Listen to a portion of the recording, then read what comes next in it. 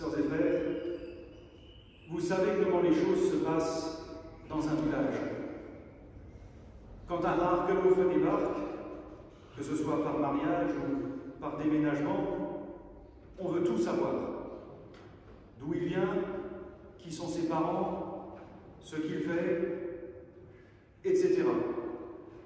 En étant discret, bien sûr, parce que vous pensez des voisins? Pour faire confiance à quelqu'un, il faut que celui-ci ait bonne réputation. Et nous faisons tout pour la soigner. Régulièrement dans l'Évangile, on demande à Jésus d'où il vient, quel est son pédigré, quelles sont ses compétences. Peut-il se prévaloir d'ancêtres glorieux, ou du moins honorables? Et quelle autorité a-t-il pour parler comme il le fait? Ce sont des questions qui agitent Nicodème lorsqu'il vient voir Jésus. Il nous est dit qu'il vient de nuit. Plus que de nous indiquer l'heure de la rencontre, cette nuit indique l'état de doute et d'interrogation dans lequel se trouve Nicodème. S'engage alors, vous l'avez entendu, un dialogue de sourds entre Jésus et lui. Jésus appelle à naître de nouveau, et Nicodème ne comprend pas. Jésus développe un questionnement spirituel, Nicodème reste au plan biologique. Ce qui fait conclure à Jésus, ce qui est né de la chair est chair, ce qui est né de l'esprit est esprit.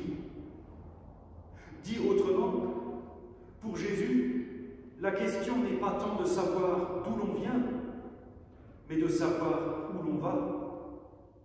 Et renaître de l'esprit signifie à la fois se libérer d'un passé et sortir des sentiers connus. L'esprit, hier comme aujourd'hui, appelle à sortir des chemins tout tracés, des conformismes et des stéréotypes.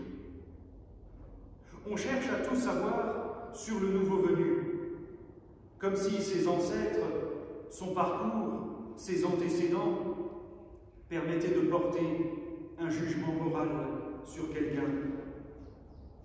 En bon archélophone, Jésus nous montre que cela n'a pas d'importance, ou plutôt que personne n'a à porter de jugement sur personne. Le dialogue entre Jésus et Nicodème pose la question de l'ouverture à l'altérité. Nous célébrons aujourd'hui la fête de la Trinité. Parler de Dieu comme d'une Trinité signifie que Dieu ne peut être abordé et compris de différentes manières. Il est l'autre absolu que nous ne saisirons jamais. Mais il est aussi celui qui se donne à connaître et qui fait alliance avec nous. Il se met en relation à nous pour nous permettre de progresser. La Trinité dit que Dieu ne se suffit pas à lui-même. Ce Dieu trinitaire est un Dieu dont l'essence est d'être en relation. Aussi, la Trinité nous interroge sur notre rapport à Dieu. La question n'est pas de savoir s'il est tout-puissant, omniscient, apathique ou que sais-je encore. Autant de réflexions stériles. La question est de savoir si ce Dieu, je suis prêt à le laisser entrer dans ma vie.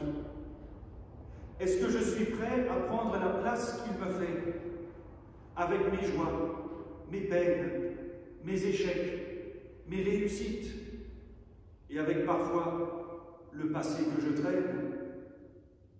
Accepter ce Dieu dans ma vie, et c'est le sens du dialogue entre Nicodème et Jésus, et la voie pour naître de nouveau. Cette voie est matérialisée dans l'Église par le baptême. Le baptême est un rite Et comme tout rite, il est de l'ordre du langage. Lorsque l'Église baptise, elle ne marque pas quelqu'un au fer rouge, elle ne l'assigne pas non plus à quoi que ce soit. En baptisant, l'Église dit quelque chose. Être baptisé, c'est proclamer que notre nom est gravé sur la paume de la main de Dieu. Quelles que soient nos errances ou nos chutes, nous sommes aimés. Nous n'avons pas besoin de justifier notre existence. Nous sommes aimés. Nous pouvons être libres, oser, recommencer. Nous sommes aimés. Et même si nous nous éloignons, notre nom reste marqué dans les mains de Dieu. Et nous sommes aimés. Et parce que nous sommes aimés, nous naissons de nouveau, chaque fois que nous laissons le passé derrière nous. Nous renaissons chaque fois que nous trouvons les ressources pour nous accepter nous-mêmes et nous ouvrir aux autres.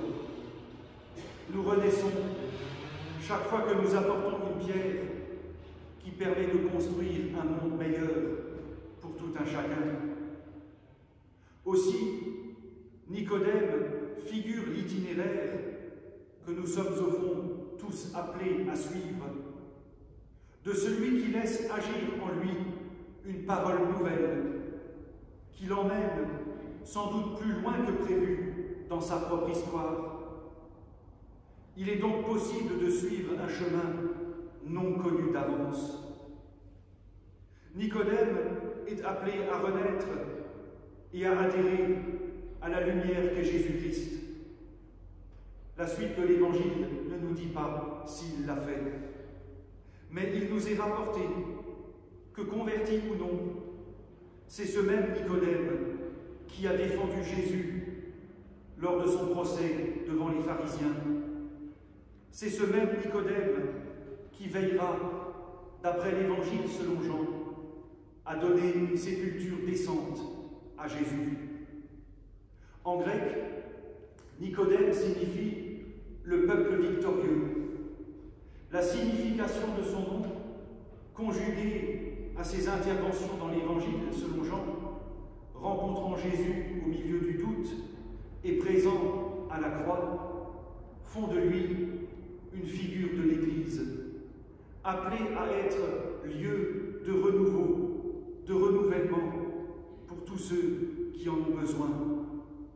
Nous sommes alors appelés aujourd'hui à ne pas avoir peur, à nous dépasser et à dépasser le « on a toujours fait comme ça » pour, avec et à la suite du Christ, témoigner du Dieu d'amour. Ce Dieu dont Jésus dit, pour conclure son dialogue avec Nicodème, qu'il a tant aimé le monde, qu'il a donné son Fils, afin que quiconque croit en lui ait la vie éternelle. Amen.